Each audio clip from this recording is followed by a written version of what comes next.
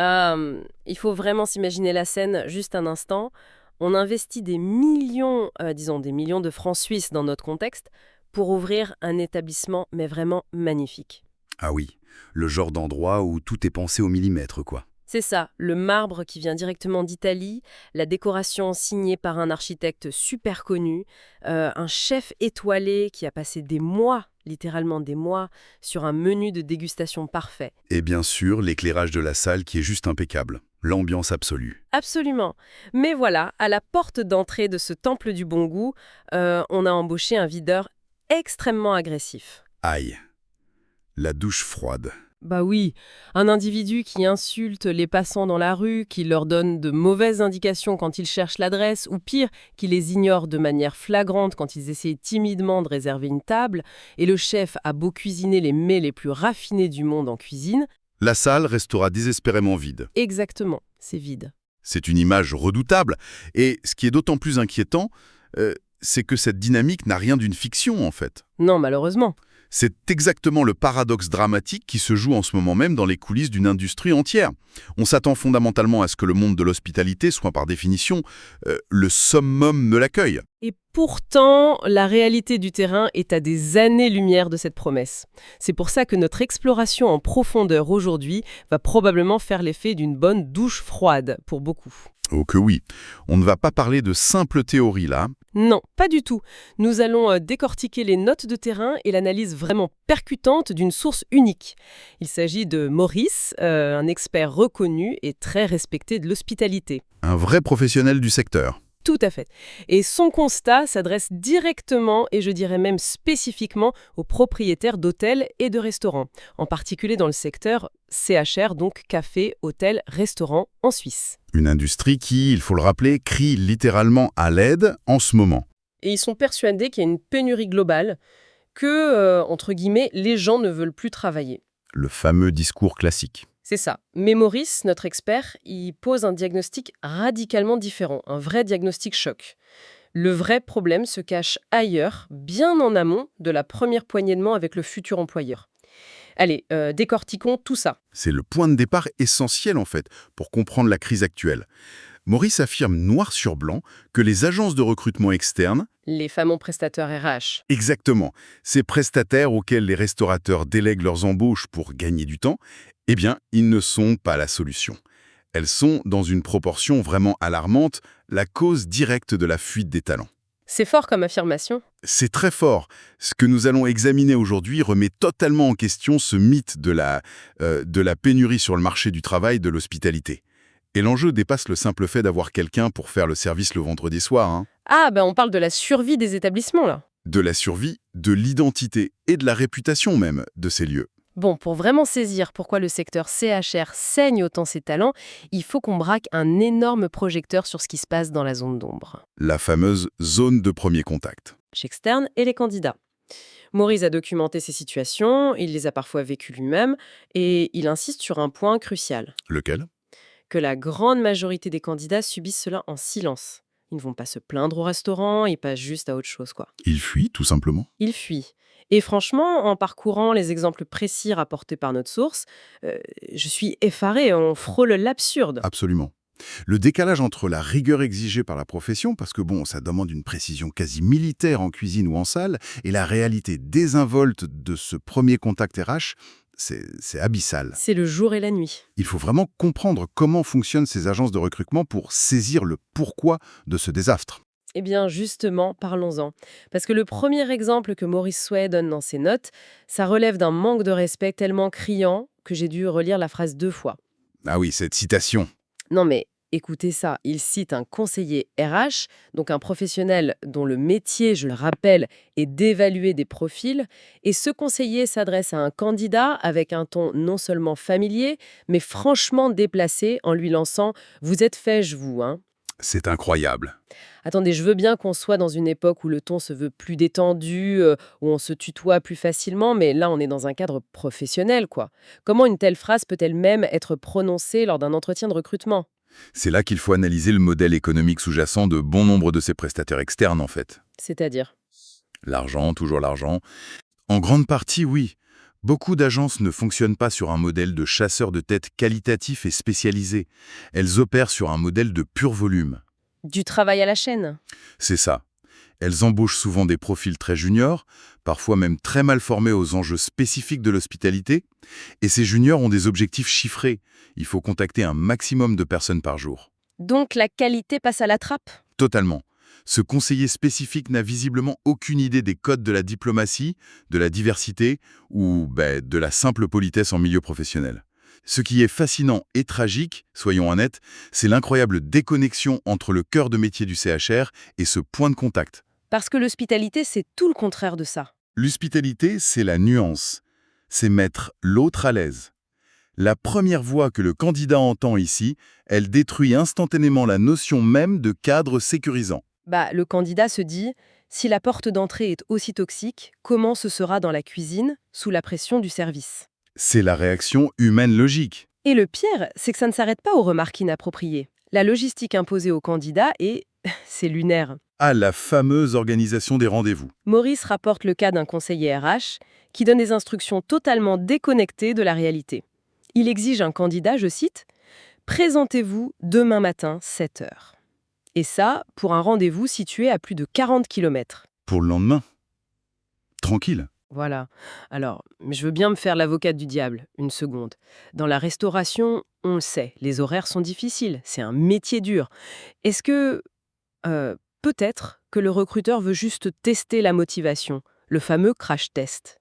Ouais, alors c'est un argument qu'on entend parfois, cette idée du crash test de motivation, mais c'est une grave erreur d'analyse, vraiment. Ah bon? Pourquoi? Un cuisinier ou un maître d'hôtel, il sait très bien que le coup de feu du samedi soir va exiger des sacrifices. Il y a un sens à cet effort, satisfaire le client, envoyer les plats. C'est le cœur du métier. Exactement. Mais imposer un trajet de 40 km à l'aube, sans aucun préavis, pour un simple entretien préliminaire, ce n'est pas tester la motivation. C'est démontrer une absence totale d'empathie et d'organisation de la part du recruteur. Et l'empathie, c'est la base de l'accueil. C'est la compétence racine de l'hôtellerie. Demander un truc pareil, ça envoie un signal très clair aux chercheurs d'emploi. Pour nous, votre temps, votre sommeil et votre équilibre personnel n'ont strictement aucune valeur. Ouais, c'est exactement comme demander à un sous-chef de préparer un menu gastronomique de 5 plats avec 5 minutes de préavis sans lui donner accès au garde-manger, juste pour voir s'il est motivé. Ça n'a aucun sens opérationnel. Aucun. Et le pire, selon Maurice, c'est que si le candidat accepte de jouer le jeu, de naviguer dans ce chaos, il fait très souvent face à un mur de silence. Le fameux ghosting institutionnel. C'est ça. Un zéro suivi même après de multiples relances. Mais l'anecdote qui cristallise vraiment pour moi la faillite du système, c'est cette autre citation d'un conseiller RH. Laquelle? Il dit au candidat, sérieusement, envoyez-moi un mail un jour avant pour me rappeler qu'on a RDV en présentiel. Ah oui. Le comble. On marche sur la tête. Le candidat est censé faire le travail d'assistance administrative de la personne qui est payée pour le recruter. Il s'agit d'une inversion structurelle des responsabilités, ni plus ni moins. Le prestataire RH est mandaté et grassement rémunéré par le restaurateur pour organiser, pour filtrer et pour faciliter la rencontre. Et il fait l'inverse. En demandant au candidat de pallier sa propre désorganisation interne, l'agence détruit toute perception de sérieux. C'est un principe psychologique de base. On évalue la compétence d'une organisation à la fluidité de ses processus. Ça paraît logique. Si l'agence ne peut même pas gérer un simple agenda, le candidat qualifié, celui qui a le choix, parce que les bons profils ont le choix, il va fuir. Bah oui, il va se dire que c'est un bourbier. Exactement. Et comme le souligne Maurice avec beaucoup de justesse, ces pratiques viennent écraser le peu d'enthousiasme qu'il reste, pour des métiers qui sont déjà parmi les plus exigeants physiquement et mentalement. Bon, je vous arrête là une seconde parce qu'il y a un point de résistance assez évident pour moi. Je vous écoute. D'accord, l'agence externe est mauvaise. Elle est désorganisée, elle est impolie, mais les candidats qui postulent pour ces postes de haut niveau, ils ne sont pas idiots. Non, bien sûr. Ils savent très bien faire la part des choses, non? Ils se disent forcément, bon, ce recruteur externe est un incompétent notoire, mais le grand hôtel prestigieux ou le restaurant étoilé qui est au bout de la chaîne, lui, il est fantastique. C'est la théorie, oui. Le candidat postule pour l'établissement, pas pour l'agence d'intérim. Pourquoi un mauvais recruteur empêcherait-il un candidat vraiment passionné d'aller au bout du processus? Il serre les dents, il passe l'obstacle, non? C'est une question très légitime. Et c'est précisément le piège dans lequel tombe la majorité des propriétaires de restaurants et d'hôtels. Vraiment? Oui, ils s'imaginent que leur marque, leur réputation locale ou leurs étoiles Michelin agissent comme un bouclier imperméable. Ils se disent « les gens veulent travailler pour moi, l'agence c'est juste un filtre administratif ». C'est exactement ce que je me dirais à leur place. Or, l'analyse de Maurice démontre sans équivoque que c'est une illusion totale. Il le formule d'ailleurs avec une clarté implacable dans ses notes. Le candidat ne distingue pas l'agence de votre établissement. Attendez. Vraiment? Aucune distinction? Quasiment aucune. C'est ce qu'on appelle en psychologie cognitive l'effet de halo, mais appliqué ici de manière destructive. L'effet de halo, comment ça marche concrètement dans la tête du candidat? Le cerveau humain, surtout face au stress d'une recherche d'emploi, cherche des signaux de sécurité ou de danger. Il globalise l'impression. Le candidat évalue les risques de son futur environnement. D'accord.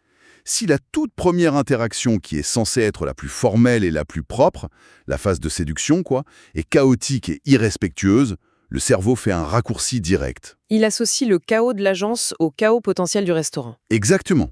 Il se dit, si cette institution prestigieuse tolère d'être représentée par des gens aussi incompétents à l'extérieur, ça signifie que la direction en interne manque de rigueur. Ah oui, je vois. Si l'agence ne respecte pas mes horaires pour un entretien, l'employeur ne respectera pas mes jours de repos. Ou encore, si l'agence oublie notre rendez-vous, la comptabilité de l'hôtel oubliera de me payer mes heures supplémentaires. Ah ouais, d'accord. Je comprends parfaitement la mécanique. C'est violent comme raccourci, mais c'est expéditif et terriblement rationnel. C'est de l'instinct de survie professionnelle. La logique, c'est vraiment, si ça commence comme ça, la suite sera pire. Pourquoi imaginer un management bienveillant si les sentinelles qu'on envoie pour recruter sont carrément hostiles? Voilà, le bouclier de la marque est percé dès la première seconde. D'ailleurs, la source n'hésite pas à utiliser des termes très lourds de sens pour décrire ces intermédiaires. Maurice qualifie ouvertement ces agences de parasites du système. Le mot est fort, mais il est juste. Et le terme parasite ne doit pas être vu ici comme une simple insulte lancée en l'air. C'est plus profond que ça. C'est une définition économique très précise dans l'écosystème du CHR. Un parasite, sur le plan systémique, c'est un agent externe qui s'accroche à un hôte. L'hôte étant le restaurant. Oui.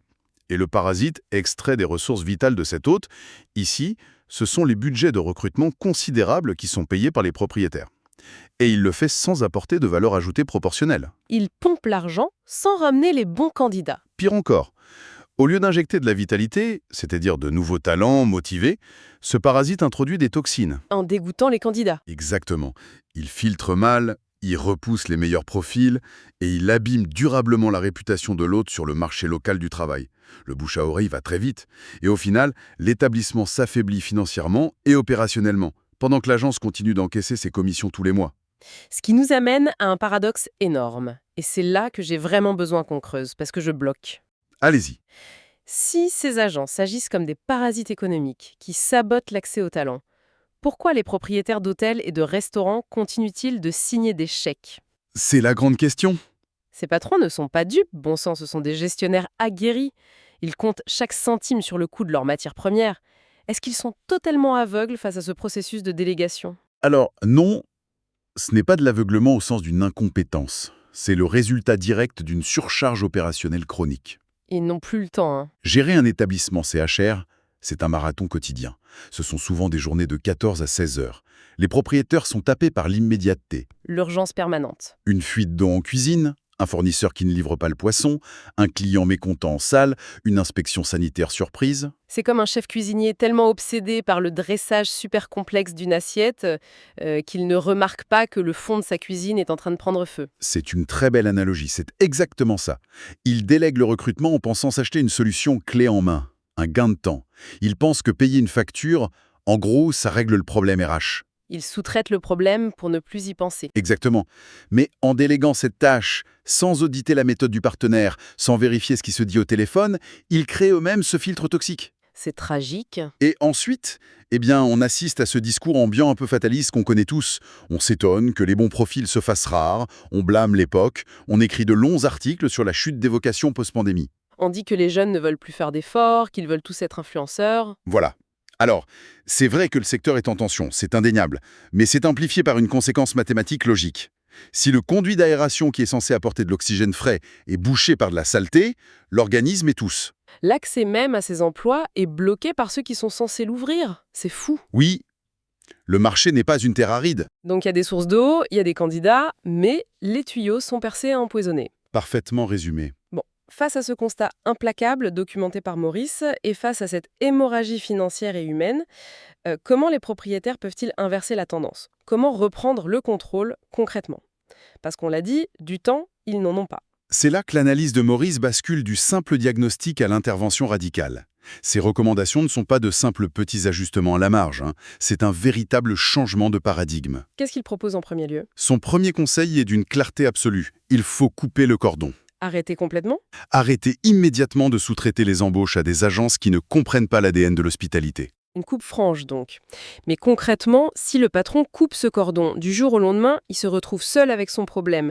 Quelles sont les alternatives réalistes? Maurice propose de reprendre la main sur la communication, de poster des annonces soi-même sur les réseaux sociaux. Il suggère aussi de s'appuyer massivement sur des professionnels du secteur, le fameux réseau de pairs. Le bouche à oreille numérique, en somme. C'est ça. Lui-même, par exemple, il propose de relayer les offres de ces établissements via son réseau. Et un détail crucial que vous aviez noté, il précise qu'il le fait gratuitement, avec plaisir. Oui, j'ai vu ça. Ça prouve bien qu'il y a une vraie dimension de sauvegarde de la profession dans sa démarche. Une vraie solidarité de corps. Mais je reviens quand même à ma question pratico-pratique. Est-ce qu'on peut vraiment demander à un patron de restaurant qui vient de clôturer sa caisse à 1h du matin avec les pieds en compote, de gérer des annonces LinkedIn ou de scroller sur ses messages privés pour filtrer des CV? C'est une question de survie, et donc de réallocation pure et simple des priorités. Il faut qu'il trouve le temps, quoi. C'est ça, ne pas avoir d'équipe coûte infiniment plus cher en termes de chiffre d'affaires perdu, les tables qu'on ne peut pas servir, et d'épuisement personnel, que le temps passé à gérer un recrutement en direct. C'est un investissement, en fait. Et puis, s'appuyer sur des relais communautaires passionnés comme Maurice, c'est utiliser un réseau de confiance. Et il est d'ailleurs fascinant de voir la posture éthique qu'il adopte dans sa démarche de lanceur d'alerte. Ah oui, c'est vrai. Il refuse catégoriquement de citer publiquement les agences toxiques. Pas de name and shame sur la place publique. Ouais, il évite la diffamation ou le lynchage numérique. Il garde une vraie probité professionnelle. Ce qui renforce sa crédibilité. Tout à fait. Il indique toutefois que pour les propriétaires qui souhaitent assainir leur partenariat, il partage ces noms en message privé. C'est une sorte de réseau d'alerte souterrain entre professionnels qui respectent vraiment le métier. Un réseau de résistance, presque. C'est ça. Et tout ça nous amène directement à la conclusion fondamentale de cette analyse de terrain, la fameuse phrase clé de Maurice, celle qu'il faut encadrer dans tous les bureaux de restaurateurs. Ah, j'attendais qu'on en parle. Je la cite telle quelle. Aujourd'hui, recruter, ce n'est pas un problème de pénurie, c'est un problème d'expérience. Ceux qui regardent désespérément leur boîte mail vide en se disant « il n'y a plus personne sur le marché », cette phrase devrait agir comme un immense soulagement. C'est une bouffée d'oxygène. Mais qu'est-ce que ça signifie concrètement de dire que c'est un problème d'expérience dans ce contexte précis? Eh bien, si on accepte l'idée d'une pénurie systémique, on se place d'office dans une posture de victime. On subit. On se dit « la conjoncture est mauvaise, les jeunes ne veulent plus bosser, je n'y peux rien, je subis ». On est totalement déresponsabilisé. C'est confortable d'une certaine manière. Très confortable. Mais si, comme le démontre notre source, le blocage est en fait un problème d'expérience candidat, cela signifie que le levier d'action est de retour entièrement entre les mains des hôteliers et des restaurateurs. Ah oui, ils ont le pouvoir de changer les choses. Le marché du travail n'est pas un désert absolu. Il est juste repoussé par une interface utilisateur catastrophique. Le recrutement, c'est la toute première expérience que l'employé gît avec la marque. Le premier contact avec la culture de l'entreprise. Voilà. Si cette expérience est repensée, assainie, le flux de talent peut reprendre. C'est ça, le grand message d'espoir qui était caché sous la brutalité du constat initial. Reprendre le contrôle de son recrutement, ce n'est pas s'ajouter une corvée administrative de plus, c'est se réapproprier sa vitrine. C'est reprendre possession de son image. C'est réhumaniser une rencontre qui avait été transformée en un processus industriel, froid et méprisant par des intermédiaires complètement déconnectés. Exactement. En gérant en interne ce premier contact, que ce soit le patron lui-même ou un membre de l'équipe qui aime profondément son métier, on injecte instantanément de la passion. On transmet la définition de l'accueil de l'établissement dès la toute première seconde au téléphone. On touche là au cœur du problème de la délégation. On peut déléguer la gestion de la paix, on peut déléguer le nettoyage des cuisines. Ce sont des tâches purement fonctionnelles. Oui, ça n'a pas d'âme. Mais déléguer son identité et son sens de l'hospitalité à des sous-traitants incompétents, c'est une hérésie stratégique totale. L'intégration d'un membre d'équipe, son parcours de fidélisation, ça ne commence pas le jour où on lui remet son tablier dans les vestiaires. Non, c'est limpide. Si on devait résumer tout ce qu'on vient de décortiquer au cours de cette session, le message de Maurice est un électrochoc majeur pour tous ceux qui dirigent, de près ou de loin, un établissement CHR, que ce soit en Suisse ou n'importe où ailleurs. Le constat est universel. Ce manque cruel de personnel, ce fameux manque qui empêche l'ouverture d'une belle terrasse en plein été ou qui force un patron à fermer un jour de plus par semaine, eh bien ce n'est peut-être pas la fatalité macroéconomique qu'on nous vend partout. Ce n'est pas qu'une inévitable crise des vocations, non. C'est de façon très pragmatique le résultat d'un sabotage interne. Un sabotage provoqué par de mauvais partenariats RH. Des agences qui infligent aux candidats une expérience si repoussante, si méprisante, qu'ils fuient avant même qu'un véritable restaurateur passionné ait pu croiser leurs regards. C'est une synthèse absolument implacable de la situation. Et vous savez, pour aller un peu plus loin, au-delà même des notes de notre Suits, il y a une réflexion assez vertigineuse que les propriétaires devraient vraiment méditer ce soir en fermant leur établissement. Quelle est cette réflexion, Sam? C'est très simple. La définition même de l'hôtellerie ou de la restauration, c'est l'art subtil de recevoir. C'est faire en sorte qu'un inconnu qui franchit la porte de votre établissement se sente instantanément respecté, attendu, valorisé. C'est la magie du métier. Eh bien, si une organisation, par ses choix aveugles de délégation, se montre incapable de prodiguer cette hospitalité fondamentale à ses propres futurs collaborateurs lors de la phase de recrutement, Si elle les maltraite d'entrée de jeu, voilà, si elle laisse des sous-traitants maltraités ceux-là même qui vont devoir demain sourire et choyer les clients, alors cette organisation a-t-elle vraiment compris ce que signifie le mot hospitalité? ouf, c'est une question qui pique, mais elle est tellement nécessaire. L'art de recevoir commence bel et bien avant que la porte ne s'ouvre. C'est une introspection urgente pour l'industrie. Voilà une réflexion finale qui devrait inciter plus d'un établissement à auditer son propre accueil, en coulisses comme en salle. Et surtout, à aller vérifier de toute urgence qui garde sa propre porte d'entrée. C'est le moment d'aller vérifier, oui. De quoi revoir entièrement sa stratégie, de la première annonce jusqu'à la première poignée de main. Merci à tous d'avoir suivi cette exploration.